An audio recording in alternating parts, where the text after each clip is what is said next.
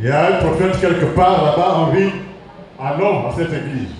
Elle est venue, elle a été prophétisée, et au retour, elle est venue me voir. Et surtout, à l'époque, j'avais eu un grand problème, que j'ai encore jusqu'à aujourd'hui. Le 25 février 2022, mon salaire a été coupé. Et jusqu'à aujourd'hui, le problème n'est pas encore résolu, parce qu'il manque dans mon dossier de dépôt au trésor un papier que le tribunal devait me donner.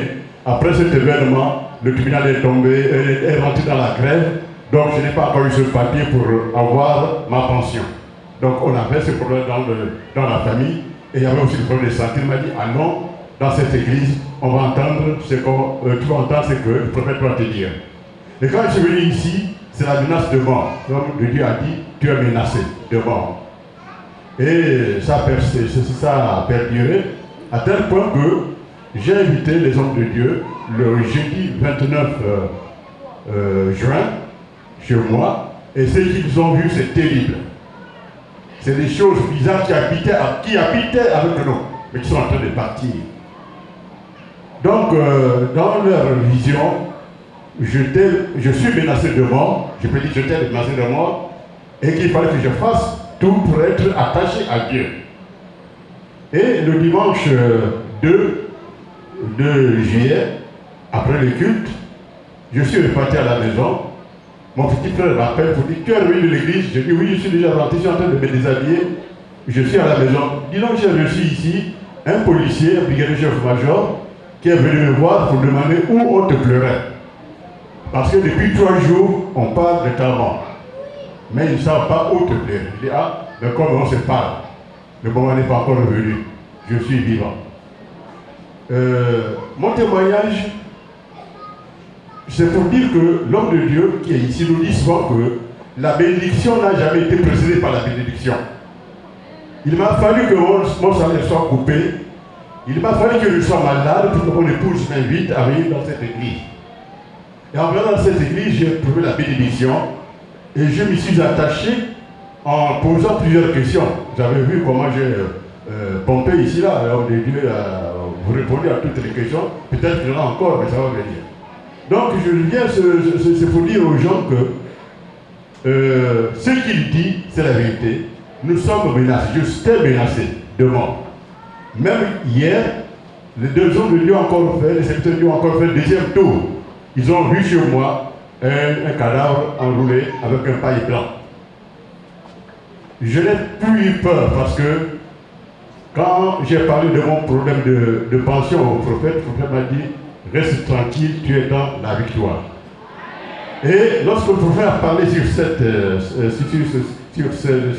place, j'ai noté dans mon cahier, il a dit, malheur à ceux qui nous combattent. J'ai écrit. Donc toutes ces paroles m'ont fortifié, quel que soit ce que mes fils ont vu, je me dis que je suis intouchable parce que l'homme de Dieu a presque répondu, le prédicateur. Il a tout dit. Lorsque nous sommes attachés à Dieu, ce n'est plus nous qui faisons le combat. C'est Dieu qui fait le combat. Et je venais ici témoigner vraiment des bénédictions dont nous bénéficions, malgré les menaces qui sont présentes sur ma famille, mais les hommes de Dieu étant rentrés avec leurs pieds dans ma maison, c'est Dieu qui est rentré dans ma maison. Si ma main là a serré, la main à plusieurs reprises, la main du prophète qu'on est ici, c'est la main de Dieu que j'ai serrée. Les messages que j'ai reçus de lui, c'est Dieu qui a parlé, donc je suis inébranlable. Alors, ma parole ici, c'est d'inviter les uns et les autres à prendre soin de nos terrains. Nous construisons sur des terrains habités par des esprits. Et ça fait des bagarres.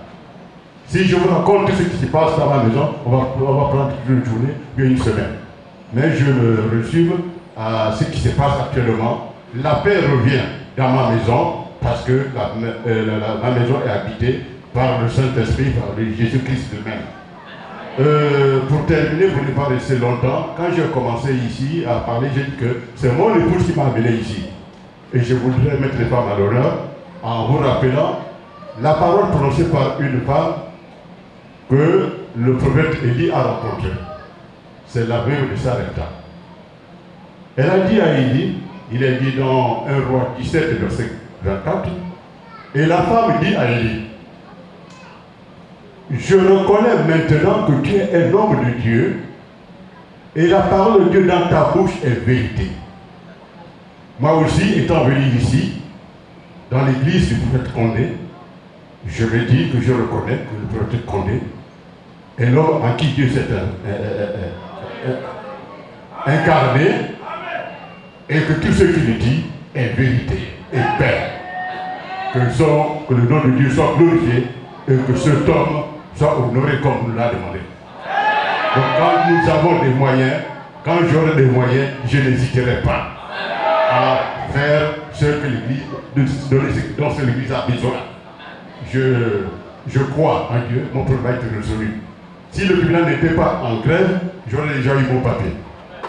Mon papier, c'est le papier du mariage. Je me suis marié en 1983 à Franceville.